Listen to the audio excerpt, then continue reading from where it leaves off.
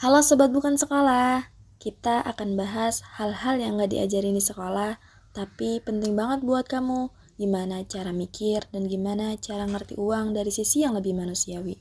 Yuk kita bahas. Sebelum kita lanjut ke bab 5, yuk kita ingat sedikit pelajaran dari bab sebelumnya.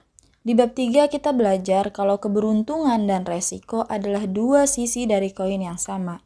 Gak semua orang sukses karena mereka pintar, dan gak semua orang gagal karena mereka bodoh. Kadang dunia gak sesederhana itu. Lalu di bab 4, kita diajak mikir tentang waktu dan kesabaran, bahwa kekayaan bukan muncul dari keputusan besar, tapi dari serangkaian keputusan kecil yang konsisten selama bertahun-tahun. Kayak itu bukan hasil cepat, tapi hasil bertahan. Karena menjadi kaya dan menjadi tetap kaya adalah dua keahlian yang berbeda. Nah, dari dua bab sebelumnya itu jadi dasar buat bab 5 dan bab 6 ini. Yaitu tentang bagaimana kita gak cuma jadi kaya, tapi tetap kaya. Dan gimana keberuntungan kadang memainkan peran lebih besar dari yang kita kira. Semua orang bisa jadi kaya, tapi nggak semua orang bisa tetap kaya. Morgan bilang, untuk jadi kaya, kamu butuh keberanian, percaya diri, dan sedikit keberuntungan.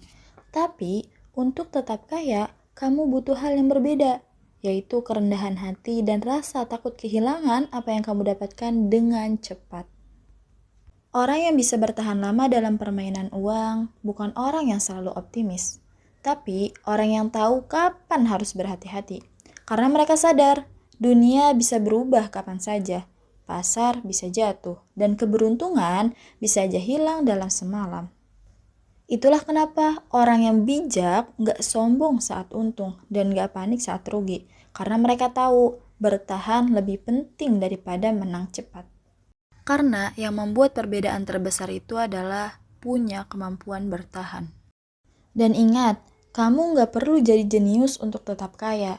Kamu cuma perlu disiplin, rendah hati, dan tahu kapan cukup. Di bab ini, Morgan pakai analogi undian buat menjelaskan peluang kecil yang berdampak besar. Kamu bisa salah berkali-kali, itu wajar. Tapi, satu kali keputusan besar yang benar bisa mengubah segalanya. Itulah yang dinamakan peristiwa langka, yang gak bisa diduga tapi punya dampak yang luar biasa. Dari ribuan saham di dunia, sebagian besar gak ngasih hasil yang besar, tapi cuma sedikit perusahaan seperti Apple, Amazon, atau Microsoft yang bertanggung jawab atas sebagian besar keuntungan pasar. Kalau kamu sabar dan tetap bertahan, kamu bisa mendapatkan peristiwa yang langka yang gak pernah kamu duga sebelumnya, tapi itu menguntungkan. Contohnya Chris Rock, yaitu salah satu komedian paling sukses di dunia. Tapi sebelum tampil di acara TV, dia selalu melakukan uji coba materi di klub-klub kecil. Biasanya, dia punya sekitar 50-70 lelucon baru. Dia akan tampil di depan penonton kecil, dan setiap malam dia coba semua lelucon itu. Hasilnya apa? Sebagian besar leluconnya gagal total. Penonton diam, gak ketawa, canggung banget. Tapi Chris tahu itu bagian dari proses. Dari 70 lelucon, mungkin cuma 5 yang benar-benar lucu dan berhasil besar. Nah, 5 lelucon itulah yang nantinya dia bawa ke panggung dunia, ke Netflix, dan bikin jutaan orang tertawa. Morgan bilang, Chris Rock hanya butuh beberapa lelucon luar biasa saja untuk membuat seluruh pertunjukannya sukses.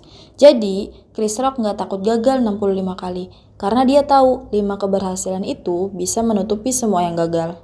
Jadi, dari bab ini kita belajar dua hal penting. Pertama, jadi kaya itu hebat, tapi menjadi tetap kaya itu bijak. Dan kedua, keberuntungan dan hasil besar sering lahir dari kesabaran dan percobaan tanpa henti. Kalau kamu suka insight kayak gini, jangan lupa like, comment, subscribe, and share ke teman-teman kamu yang lagi belajar tentang makna uang. Sampai ketemu di video selanjutnya.